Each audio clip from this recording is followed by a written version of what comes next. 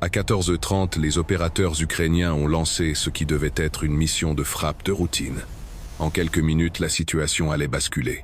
Leur drone de reconnaissance, un Shark D, survolait un pont endommagé. Un point de passage idéal. En contrebas, un convoi russe tractait un obusier de 152 mm. Une cible facile, pensait-on. Sauf que le drone n'était plus en position de chasseur. Il était lui-même la proie. Chaque transmission vidéo du drone vers ses opérateurs revenait à crier sa position dans le spectre électromagnétique. Les Russes, quant à eux, disposaient d'une oreille attentive. Le convoi avançait à 15 km/h vers le pont. L'équipe de frappe ukrainienne était à 4 km. Mais entre eux et leur cible, 3 couches de défense russes avaient déjà stoppé plus de 30 drones ukrainiens. Ce système, le radar de contre-batterie Zub-Park, un Newton, n'avait pas été conçu à l'origine pour intercepter des drones.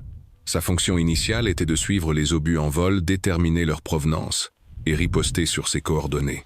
Mais les Russes ont fait preuve d'ingéniosité. Ils ont réalisé que les signaux de contrôle des drones sont de simples ondes radio. Et ces ondes radio peuvent être suivies.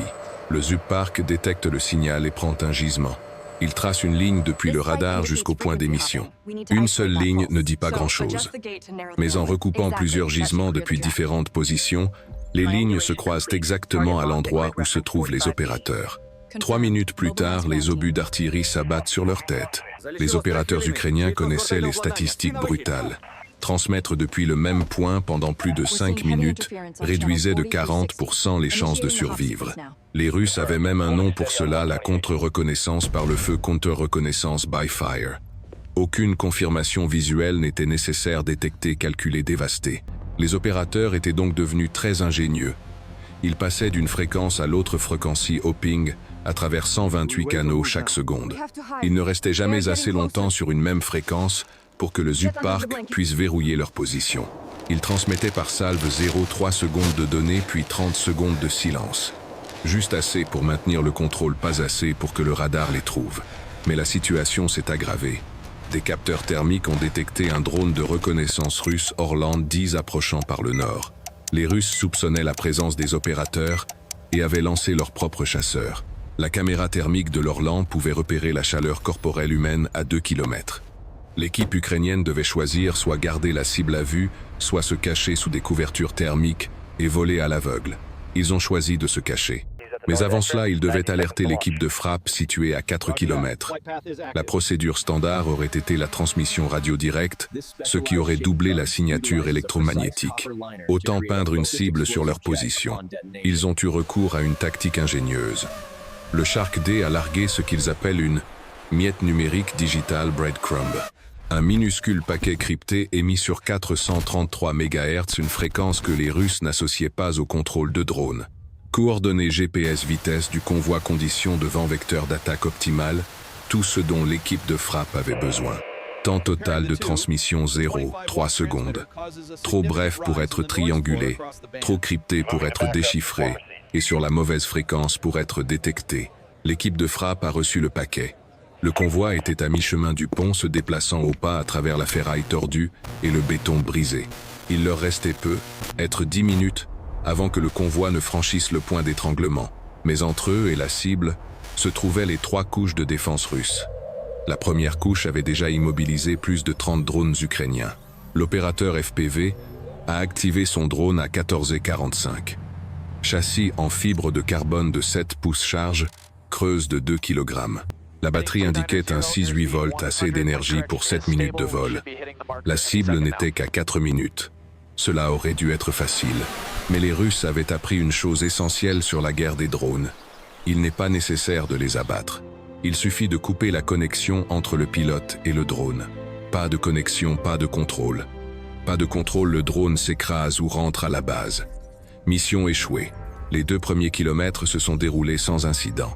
Le drone ukrainien rasait le sol à 3 mètres d'altitude, utilisant chaque ligne d'arbre et chaque bâtiment démoli comme couverture. Le flux vidéo était parfaitement clair, 1420 SP à 60 images par seconde. Puis, à exactement 2 km de la cible, l'image a commencé à se dégrader.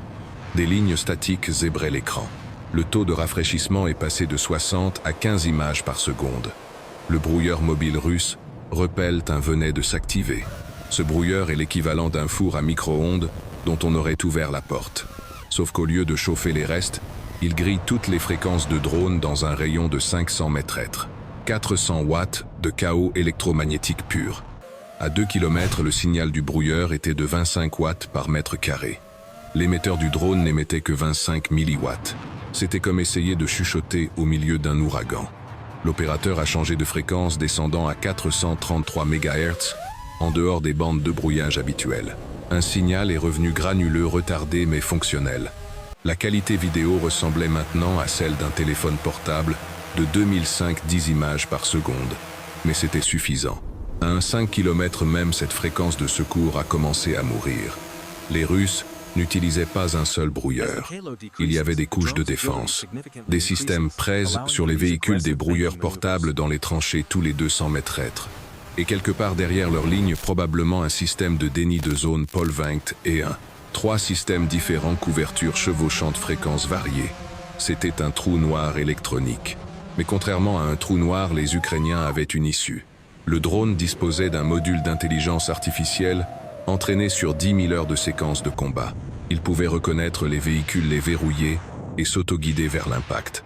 Mais c'est un grand, mais il devait voir clairement la cible pendant au moins 2 secondes pour verrouiller. Et la portée de verrouillage n'était que de 400 mètres. Le drone devait voler encore 1600 mètres à l'aveugle à travers cette tempête électronique pour avoir une chance d'acquérir la cible. L'opérateur a fait le calcul dernière position connue plus vitesse du convoi multiplié par le temps écoulé. Le camion devait être exactement au centre du pont. Il est passé à l'estime pure Dead Reckoning. Aucune vidéo, seulement les données des instruments. Cap 0,7, 3 degrés. Altitude 3 mètres. Vitesse 45 km/h ralentie pour économiser la batterie en vol aveugle. Puis à 3,2 km, quelque chose de miraculeux s'est produit. Pendant exactement une image, un 60e de seconde, la vidéo est revenue. Le pont était à environ 800 mètres. Le camion, exactement là où les calculs l'avaient prédit, franchissait une poutre tordue. Puis le statique est revenu, mais cette image unique était suffisante. L'opérateur savait qu'il était sur la bonne trajectoire. Encore 400 mètres de vol aveugle, et l'IA pourrait prendre le relais si le drone parvenait jusque-là. À 3 km, la vidéo est soudainement revenue parfaitement claire pendant quelques secondes. Le brouillage présentait une faille. Peu, être le repelt, était-il en train de faire pivoter son antenne. Peu, être une interférence due à la structure métallique du pont. Peu importait. Ce qui comptait, c'est que l'opérateur a vu durant ces 2 secondes un drone intercepteur russe à 20 mètres déjà en piqué. L'intercepteur russe fondait à 45 degrés tel un faucon sur un pigeon. Les lois fondamentales de la physique annonçaient un affrontement violent. Les 2 drones étaient fondamentalement identiques, châssis de 7 pouces, 4 moteurs, vitesse maximale autour de 140 km/h. Mais la physique donnait à l'intercepteur tous les avantages. Hauteur égale énergie, énergie égale option. Et le pilote russe avait toutes les options. Le combat de drone se déroule incroyablement vite. La vitesse combinée de rapprochement était de 280 km/h, soit 78 mètres par seconde. L'impact se produirait en moins de 4 secondes. L'opérateur ukrainien n'avait que ce temps pour trouver une solution ou tout perdre. L'intercepteur russe avait un autre avantage, il n'avait pas d'ogive. Le drone ukrainien transportait 2 kg de charge creuse. En combat aérien, c'est comme faire de la boxe avec un sac à dos rempli de pierres. Chaque manœuvre coûte plus d'énergie, prend plus de temps et épuise la batterie. Le FPV ukrainien a viré brusquement à gauche avec un angle d'inclinaison maximale. Le châssis a gémi sous 5 G de force. Les moteurs hurlaient à différentes vitesses. Le rayon de virage à 140 km/h était d'environ 89 mètres. L'intercepteur russe a dépassé sa cible et a dû faire demi-tour pour une nouvelle passe. La bataille s'est alors transformée en une question de gestion d'énergie.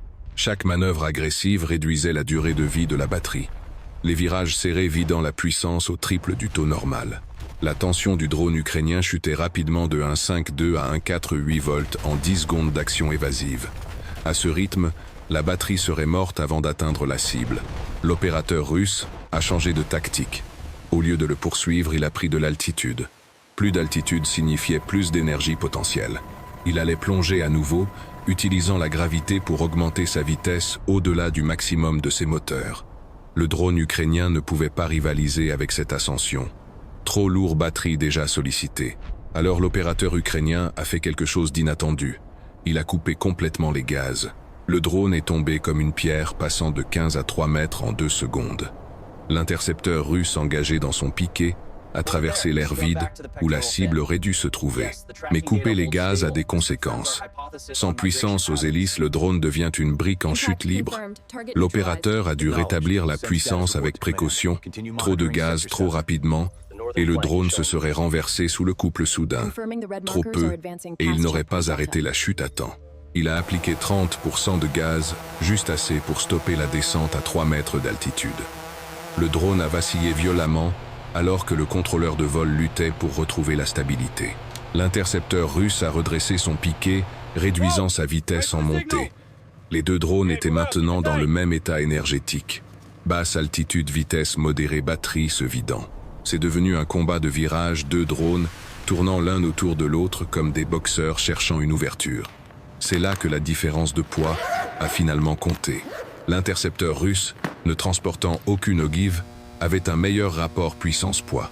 Il pouvait accélérer plus vite, monter plus rapidement et s'arrêter plus court. À chaque inversion, le drone russe gagnait quelques degrés, se glissant dans l'angle mort derrière le drone ukrainien. L'opérateur ukrainien n'avait plus qu'un seul mouvement.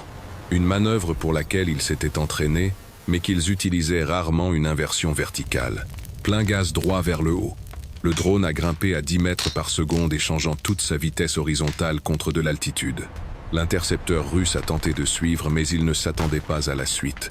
Au sommet de la montée, le drone ukrainien est resté presque immobile, suspendu un instant dans l'air. L'opérateur a coupé les gaz à nouveau et a appliqué un plein lacet full yaw. Le drone a pivoté à 180 degrés en moins d'une seconde. Le nez pointait droit vers le bas sur l'intercepteur russe en pleine ascension. Ils allaient entrer en collision frontale. L'opérateur russe s'est engagé dans l'impact. C'était sa mission. Mais à la dernière seconde, l'opérateur ukrainien a effectué un roulis serré à droite, tout en maintenant le piqué. L'intercepteur russe engagé sur sa trajectoire de collision n'a pas ajusté assez rapidement. Il a traversé l'air vide à quelques mètres de l'endroit où se trouvait le drone ukrainien. Au moment où l'opérateur russe a pu inverser sa montée et réacquérir la cible, le drone ukrainien se stabilisait déjà à 5 mètres d'altitude, fonçant vers le pont. L'intégralité de l'engagement a duré 10 à 8 secondes. Le drone ukrainien avait utilisé 30% de sa batterie pour rester en vie. La tension était à 1,45 volts, avec seulement 8% de capacité restante. Le camion était maintenant aux 3/4 du pont et le drone descendait à l'altitude d'attaque. L'opérateur pouvait voir 3 soldats russes déjà en position, armes levées. Ils avaient entendu le combat aérien. Ils savaient exactement ce qui allait suivre. À 14h49, le FPV ukrainien a dégagé la zone et a fait face à la plus ancienne défense de la guerre. Des humains armés qui savaient exactement où regarder. Le fusilier a réagi le premier. Son AK-74 crachait 650 balles par minute. À 50 mètres, ces balles arrivaient en 0,05 secondes. Il a tiré par courte rafale, anticipant la trajectoire du drone comme un chasseur d'oiseaux. Une balle a touché sa cible. Le projectile de 5,45 mm a traversé le châssis en fibre de carbone et coupé les câbles d'alimentation du moteur arrière gauche. Le drone a instantanément dévié sur le côté. Le contrôleur de vol, un minuscule ordinateur prenant 8000 décisions par seconde, a tenté de compenser. 3 moteurs au lieu de 4 signifiaient 25% de poussée en moins. Le drone dérivait vers la gauche quoi que fasse l'opérateur. À 35 mètres, le premier tireur au fusil de chasse était prêt. Un Saiga 12 chargé de chevrotines. 65 plombs qui se répandraient sur 15 mètres de large au moment où ils atteindraient 30 mètres. Le drone filait à 140 km/h. Il traverserait ce nuage de plomb en moins d'une demi-seconde. Le fusil a fait entendre un bruit sourd. La probabilité a pris le relais. La plupart des plombs ont manqué leur cible, mais 2 ont touché. L'un a détruit complètement le moteur avant droit. Un autre a perforé le boîtier de la batterie. La tension a immédiatement chuté 1,45 à 1,38 puis 1,32 volts en 2 secondes. Le drone était à bout de souffle. 2 moteurs restant sur 4. Vitesse réduite à 80 km/h. L'altitude chutait. L'IA s'efforçait de maintenir le verrouillage sur la silhouette rouge du camion. L'image clignotait alors que l'algorithme peinait avec l'entrée déformée. À 20 mètres, le deuxième tireur a fait feu. Mais la physique a sauvé le drone. Avec 2 moteurs hors service, il avait perdu 2 mètres d'altitude de manière inattendue. Le tir de chevrotine est passé au-dessus. Le soldat a rechargé, mais le drone allait le dépasser en une demi-seconde. 15 mètres. Le troisième soldat positionné pour protéger la cabine du camion a constaté qu'il ne pouvait pas suffisamment abaisser son arme. Le drone volait à un 5 mètres d'altitude, sous son angle de tir minimum. Il a reculé trébuchant sur les débris du pont. 10 mètres. L'IA a effectué son calcul final. L'opérateur visait la cabine pour neutraliser les munitions et faire exploser le tout. L'algorithme s'est ajusté. La tension de la batterie était à un 2,8 volts sous le seuil minimum, poussé à 40% et en baisse. 5 mètres. Le capteur de proximité magnétique s'est armé. Impact à 14h49 et 47 secondes. Le drone a frappé à seulement 62 km/h, beaucoup plus lentement que l'idéal mais suffisant. Le jet de cuivre a transpercé directement le compartiment de stockage des munitions. 8 obus d'artillerie de 152 mm ont explosé simultanément. L'explosion a soulevé le camion de 2 mètres. Le tablier du pont déjà endommagé s'est fissuré sous la surpression. Le camion a basculé sur le côté et a glissé de la section brisée. Camion, pièces d'artillerie, tout a basculé dans la rivière en contrebas. Le drone de reconnaissance Shark D, toujours en orbite à haute altitude, a tout enregistré en haute définition. Les soldats russes fixaient leur point de passage détruit.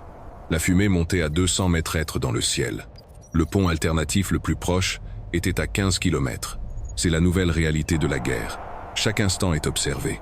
Et quelque part, il y a toujours un opérateur avec un drone de 7 pouces qui attend son heure.